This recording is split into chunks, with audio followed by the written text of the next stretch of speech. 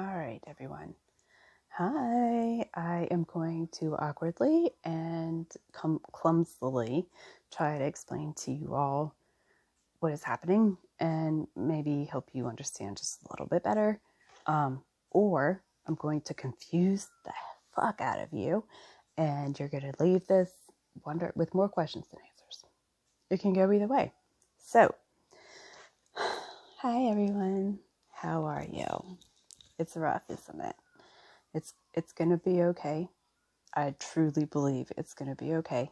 But I do think we need to kind of look at a couple things to understand why we are not seeing a huge gap. I really wish we were seeing a huge gap, but I'm not surprised that we're not because I understand the power structures at play and that they're deep and we have lots and lots of work to do. And I think some of that is understanding each other, societies, and how we work, how we think. And so sociology is the study of social behavior. It is the study of societies, of groups of people, how they think, what they do, how their societies work, what their social relationships are, and how they interact with each other. It takes into account culture and institutions and social constructs. Okay. I don't know why I said that. All right.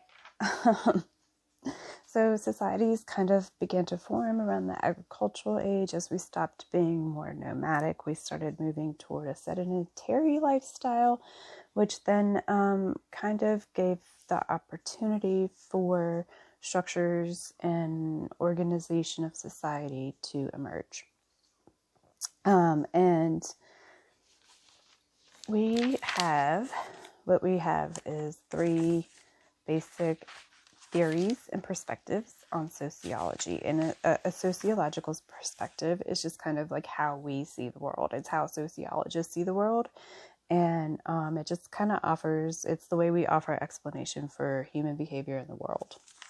So there's three main types. There is structural functionalists, the conflict theorists, and symbolic interactionalists. There's some other ones, but they're, in my opinion, just kind of subcategories of different types of symbolic functional or interactionalism. And hopefully you'll see that as I explain some more.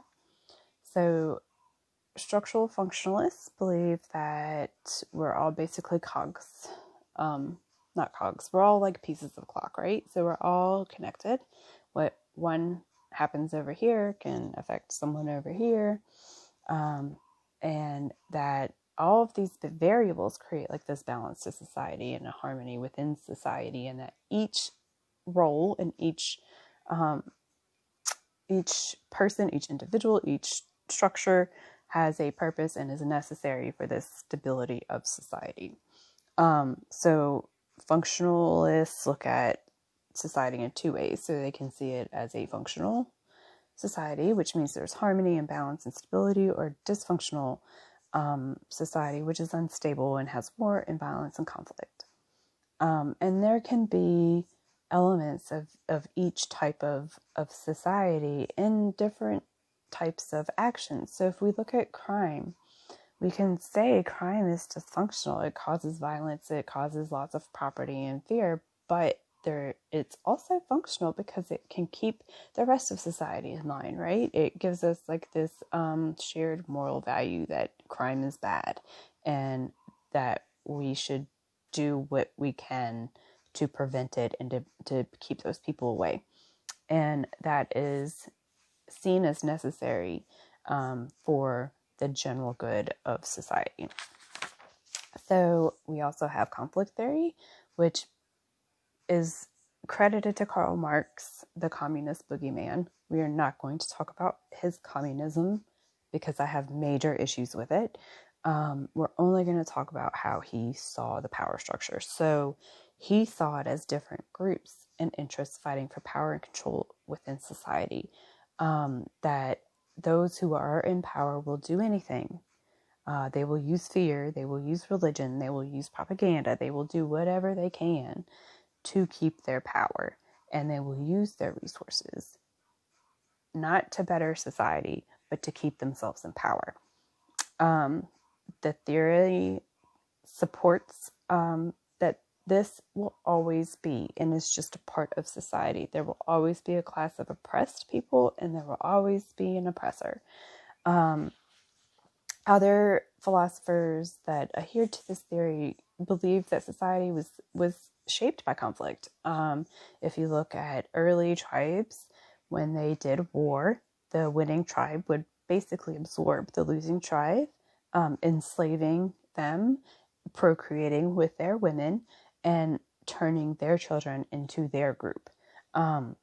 If you look at the individual human nature, as a reflection on larger society, there is a theory from Lester Ward about this conflict being inside of us. Like, this is an inner conflict that all of us have. And so this is that the individual swings from this altruistic, like, we are in this together, we make each other better, society helps one another, to this, like, I am special and I should be the one in control, and I should be telling people what to do, and I was given a special gift, or I was created in a special way that makes me different, and therefore not